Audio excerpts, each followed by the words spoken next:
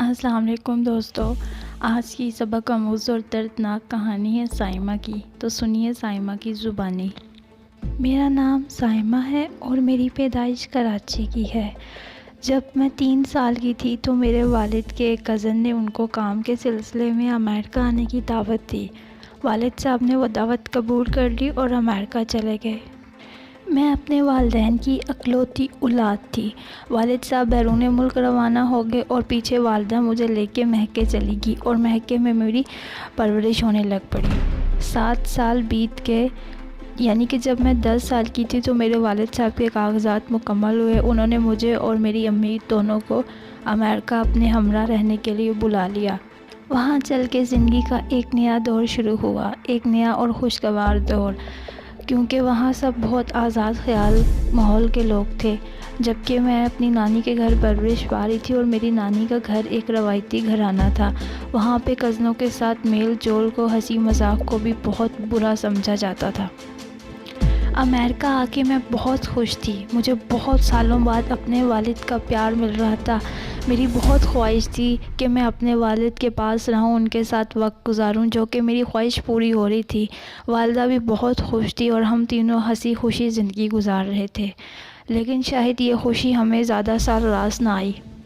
میرے والد کی دوست کی ایک بیوی نے کچھ سالوں بعد میری والدہ پہ انکشاف کیا کہ میرے والد نے ان کے آنے سے پہلے یہاں پہ ایک شادی کر رکھی تھی، جس میں سے ان کا ایک بیٹا بھی ہے۔ یہ خبر سن کے میری ماں کو بہت دھچکا لگا، اور ساتھ ساتھ میری ماں کو ایک اور خبر ملی کہ میرے والد عادی شرابی ہیں، اور رات کو جب میری والدہ سو جاتی ہیں تو وہ پب میں جا کر ڈانس کرتے اور شراب پیتے ہیں نامحرم لڑکیوں کے ساتھ۔ والد کے بارے میں ایسے انکشاف سن کے میری والدہ صدمے سے نڈھال ہو گئی اور چپ چپ سی رہنے لگی۔ رفتہ رفتہ میرے والدین میں لڑائیاں بھی ہونے لگی اور گھر میں ایک عجیب بدمغزی چھائی رہنے لگی، جس کی وجہ سے میں بہت بری طرح متاثر ہو رہی تھی اور مجھے سمجھ نہیں آ رہی تھی کہ میں کیا کروں۔ میرا کوئی خاص دوست بھی نہیں تھے اس وقت۔ اب میں مکمل طور پر اپنے والدین کی لڑائیوں سے تنگ آ چکی تھی اور شدید ذہنی تناؤ کا شکار ہو چکی تھی۔ مجھے کچھ سمجھ نہیں آتا تھا میں کیا کروں۔ میں اسکول میں جاتی تو بھی آخری سیٹ پر بیٹھی رہتی اور مجھے کچھ سمجھ نہیں آتا کیا چل رہا ہے۔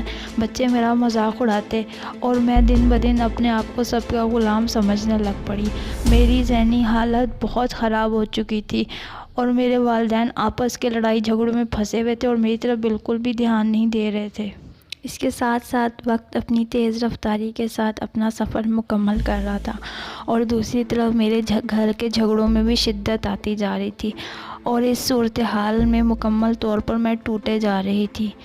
لیکن میں ایک بات سوچتی، کیا یہ وہی گھر تھا یا یہ وہی والد تھے جن کے لیے میں اللہ سے رو رو کے دعائیں کرتی تھی کہ ہم اکٹھے رہیں، ایک گھر کے نیچے رہیں۔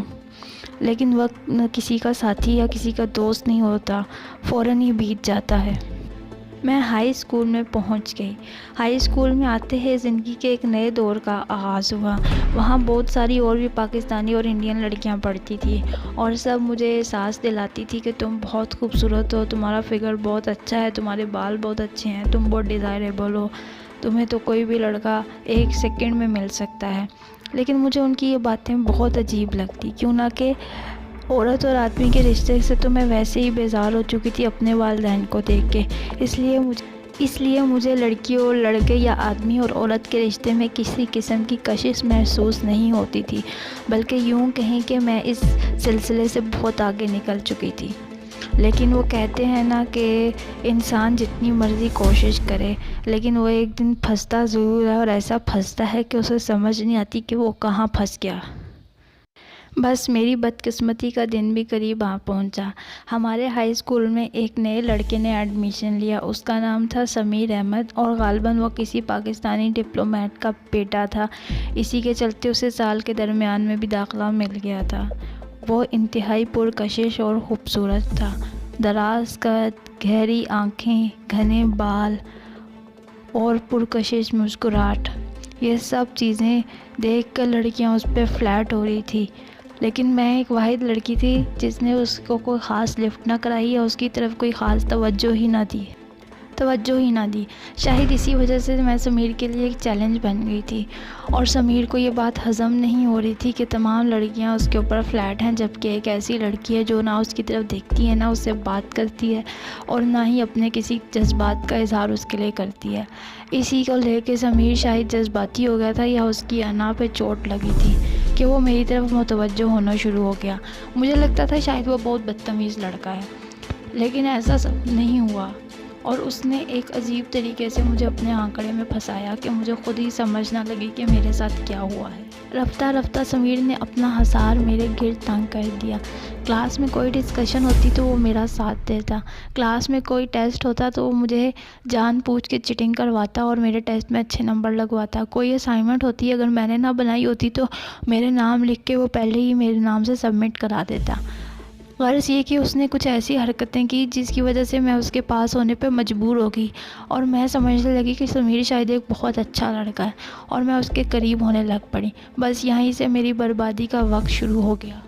رفتہ رفتہ وہ میرے اور قریب ہونے لگ پڑا، اور ہم دونوں کی دوستی پکی ہو گئی۔ ہم دونوں سب سے اچھے دوست بن گئے، اور اب میں اپنا اسکول میں سارا وقت اس کے ساتھ بتاتی تھی، اور میں اس کے ساتھ بہت خوش تھی۔ مجھے اپنے گھر کے مسئلے اور اپنے ماں باپ کے جھگڑے تک بھول چکے تھے۔ میں مکمل طور پر سمیر میں مگن ہو گئی تھی، اور مجھے ارد گرد کا ہوش بھول گیا تھا، اور میں حقیقت جان ہی نہ سکی، اور وقت بیت گیا۔ ہوا کچھ یوں کہ ہمارے اسکول میں ایک انڈین لڑکا پڑھتا تھا جس کا نام تھا ونود۔ ونود کافی کالا سا لڑکا تھا اور بالکل بھی پرکشش نہ تھا، تاہم تھا وہ بہت اچھے اخلاق کا لڑکا۔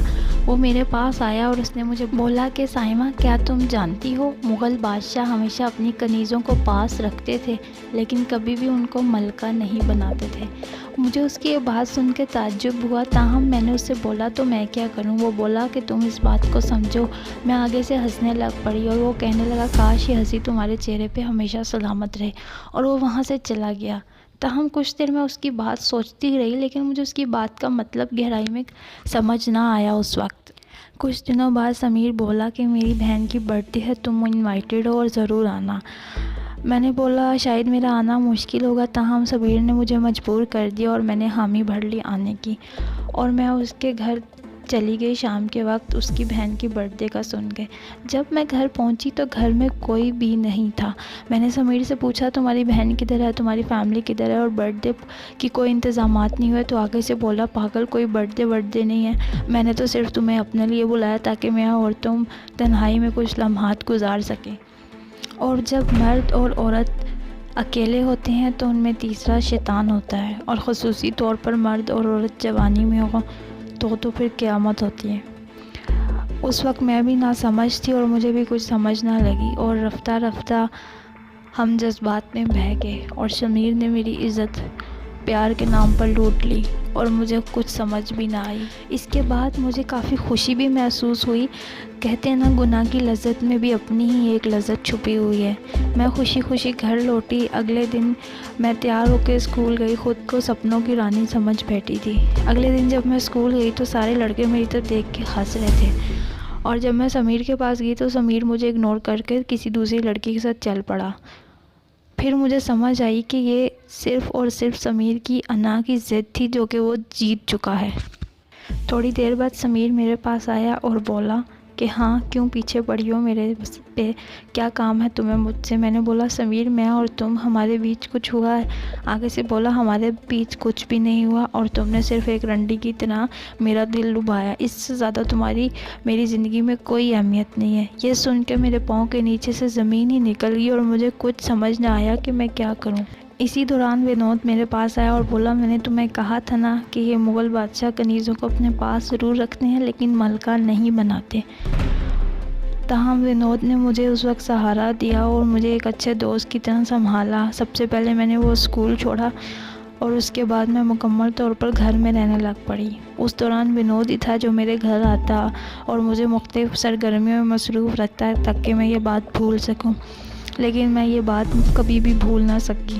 پھر میرے والد اور والدہ کے جھگڑے اتنے بڑھ گئے تھے کہ ہم لوگوں نے پاکستان جانے کا فیصلہ کر لیا۔ ہم جب پاکستان آئے تو چچا نے اپنے بیٹے کے لیے میرا رشتہ مانگ لیا۔